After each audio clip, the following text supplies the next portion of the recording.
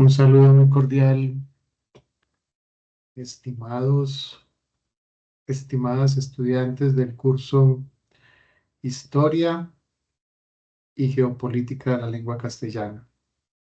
En este encuentro número 6, básicamente pues nos vamos a concentrar en el elemento de competencia 2, que habla de relacionar la lengua y el discurso americanista ocurrido durante y después de la creación de las repúblicas hispanoamericanas para su comprensión en contextos históricos.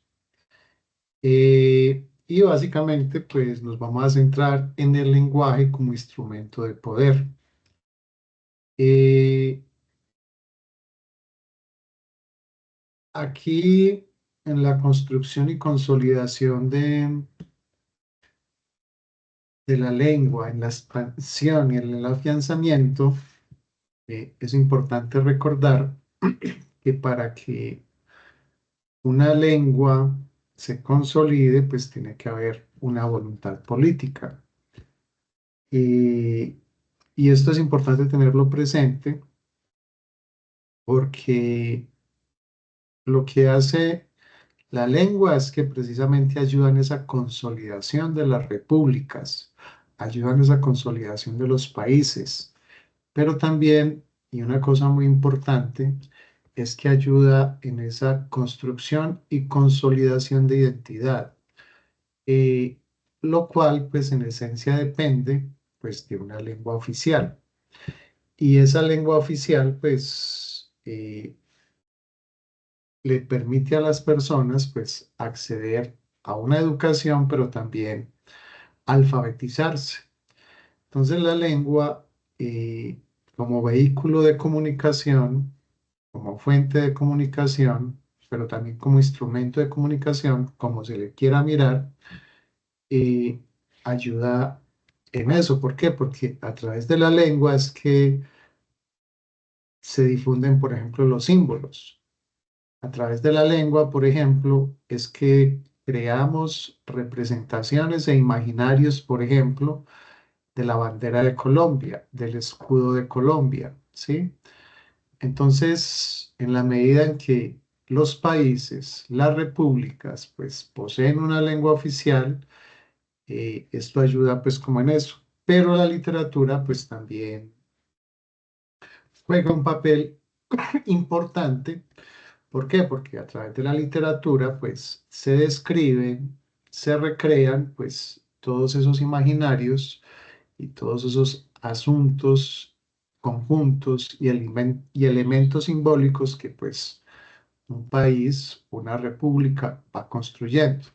Entonces, es a través, obviamente, de la lengua, pero también de las novelas, de la literatura, que se siembran esas raíces de una sociedad y se consolida ese imaginario de unidad, de cohesión que se requiere para que haya un arraigo, haya algo que nos una, nos afiance, nos agarre, nos amarre pues a ese país. Y esos son los imaginarios que se van creando a la par hacia una lengua y hacia un territorio. Entonces miremos que la lengua juega un papel muy importante en esa consolidación de los países, en esa consolidación de las identidades, pero también la literatura a través de sus diferentes narrativas, ¿sí? Eh, entonces aquí pues en este encuentro es importante que nosotros pues pensemos en el papel de la literatura en esa construcción de esa identidad lingüística. En América, especialmente la literatura con sus novelas fundacionales, pues tienen un carácter político, puesto que la literatura se convierte en ese vehículo de las ideas que se desean implantar, que se desean afianzar en los habitantes de esas colonias, de esos pueblos, y desde un punto de vista del sentido de pertenencia y el sentimiento de hacer parte de algo más grande, que son los primeros ciudadanos que requieren para su proceso formativo, de alfabetización, de afianzar esas ideas. Entonces, a través de la lengua, por eso es tan importante la educación, pero también es tan importante la alfabetización, porque ahí es donde se van sembrando todos esos imaginarios, pero se van describiendo, se van recreando y se van generando narrativas que van movilizando pues a las personas o nos van movilizando. Entonces ahí es donde la lengua es un instrumento de poder, pero también pues la literatura se convierte en un vehículo muy importante para afianzar pues todas esas identidades y todas esas raíces y todos esos símbolos que son los que pues al final de cuentas nos van configurando y nos van dando una identidad. ¿Sí? Que pues obviamente más adelante veremos pues ese cuento de la identidad. Es decir, que la novela como género literario pues va a jugar un papel crucial en esa construcción de esa identidad lingüística, pues porque actúa como un espejo que refleja y moldea ese lenguaje en la región. Ella es como un reflejo, ella es como un luz, como un faro que va guiando esos procesos. Entonces, a través de esas narrativas, las novelas no solo muestran esa diversidad lingüística, sino que también influyen en la percepción y uso del idioma, de esa lengua, contribuyendo a la formación de esa identidad lingüística propia y distintiva. Entonces, aquí es muy importante que nosotros tengamos presente cómo la literatura, pues, desempeña un papel muy importante en todos estos temas que hemos venido visionando, que hemos venido abordando a lo largo de este curso, ¿sí? Entonces, como para que lo tengan presente. Eh, Aquí hay un asunto, pues, importante y es que ustedes, pues, lo deben tener muy presente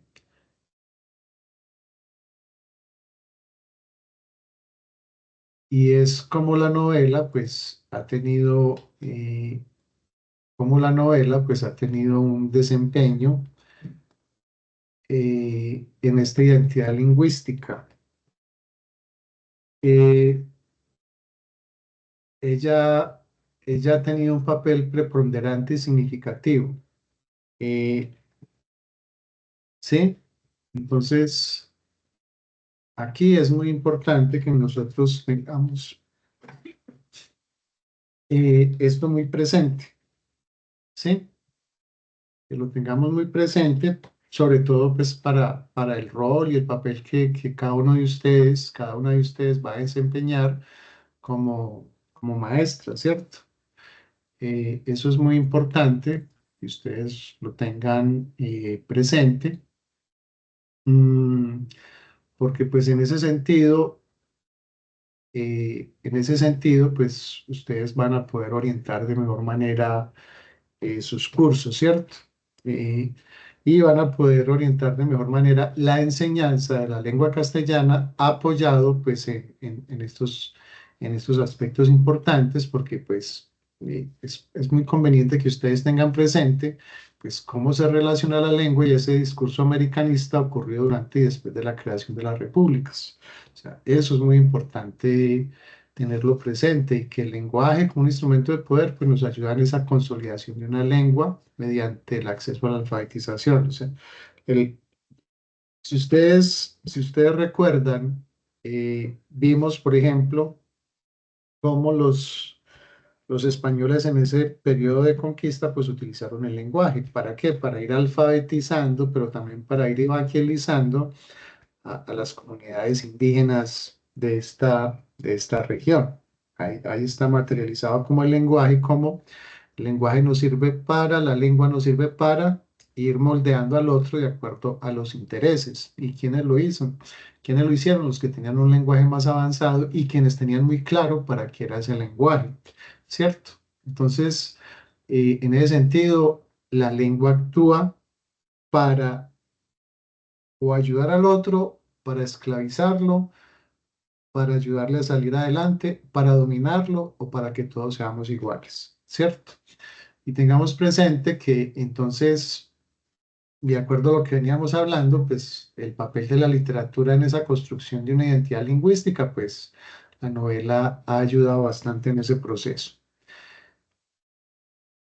Eh, la novela entonces, aquí como reflejo, pues como como punto de partida importante en ese, en esa construcción de una identidad lingüística que ella aporta esa identidad, porque recordemos que pues nosotros tenemos una lengua que nos une casi en toda América Latina, y América Latina pues son los países de habla hispana o los países de habla del español que vienen desde América, desde Argentina, desde la Patagonia hasta México, exceptuando pues sobre todo Brasil, que allí hablan portugués. Entonces, aquí la literatura, a través de la novela, pues, por ejemplo, nos permite a nosotros ver, actúa aquí como un reflejo de esa diversidad lingüística.